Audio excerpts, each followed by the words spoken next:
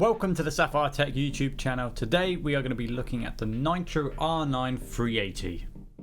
This is a mid-range card hoping to achieve some entry-level 1440p results on it, which we'll find out later on in the benchmarks. But anyways, this card looks absolutely sleek and divine when looking at it. I'm really liking the whole Nitro redesign with this sleek black look that will fit pretty much in any case without it standing out too much. With its dual X 10cm fans, the card is kept incredibly cool yet remains very quiet at the same time, and when I put the card through its paces it peaks at about 71 degrees, and when the card is idling or doing less intensive tasks, the intelligent fan control will automatically slow down the fans, lowering the volume of the cooler even more. Now I must admit I didn't really hear this card ramping up all that much, and when I did it was only because I had my case open, so if you've got a good solid case then the noise levels shouldn't really be a problem.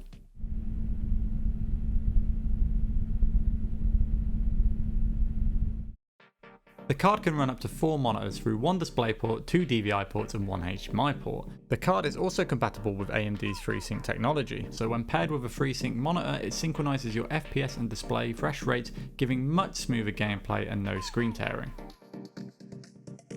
The card requires 2 6-pin auxiliary power connections, and also a 500 watt power supply is suggested, but you might be able to get away with a lower wattage. It all depends on the rest of your system. Now another great feature that's on this card and makes it possible for me to actually run and benchmark these games on a much higher resolution than I actually have on my screen is Virtual Super Resolution, or VSR for short.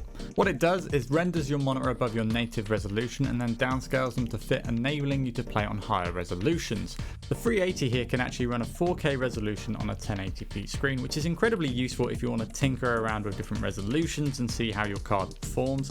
Also, it's really useful if you're using other applications or video editing software where you've got to fit a lot on the screen with lots of different layers and you can see everything on just one screen, and that's what I use this feature the most for. Now let's check out how this card performs with some benchmarks. Now all the game settings remained exactly the same apart from the resolutions. On the left we see the 1440p results and on the right the 1080p results. And first up is some GTA 5 action. On 1440p we're getting an average frame rate of 27, and on 1080p we're getting a more respectable 43 frames per second.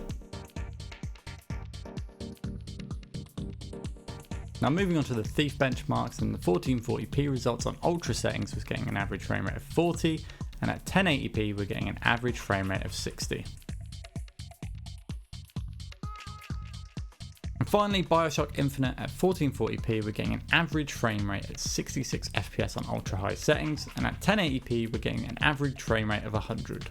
Now the 380 here could definitely get your foot in the door when it comes to 1440p gaming, but if you want to open that door even more, it depends on the game title and what you're willing to sacrifice in terms of the texture details. For instance, Bioshock Infinite ran fine at 1440p on ultra high details, providing that you like that 60 FPS marker, whereas GTA 5 is only getting an average frame rate of 27. Now if you wanted to get 60 FPS coming through at 1440p, you'd have to lower some of those details, and when I went back to the game and lowered everything down, I was getting an average frame rate on 1440p of 70 FPS. So on some games you might be able to run on that resolution, but you might not be getting the detail quality that you are hoping for, so you might be better off saving your pennies and forking out for a higher end card.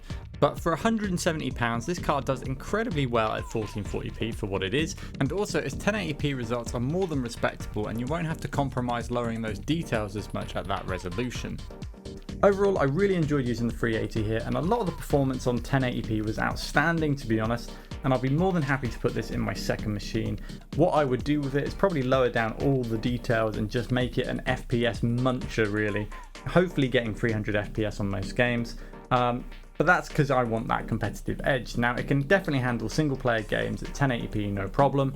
1440p actually, it impressed me quite a bit, especially actually more at the low details. I was expecting a lot worse on GTA 5. I wasn't expecting 70 FPS average, which is quite surprising really, as this card does put out more power than you think really, especially at that £170 range. You'd be able to find this maybe on the January sales as well, going a lot cheaper, so keep an eye out for it. And guys, make sure to do your homework when buying any graphics card. Make sure to check out other people's reviews and just make sure that you buy the card that's right for you.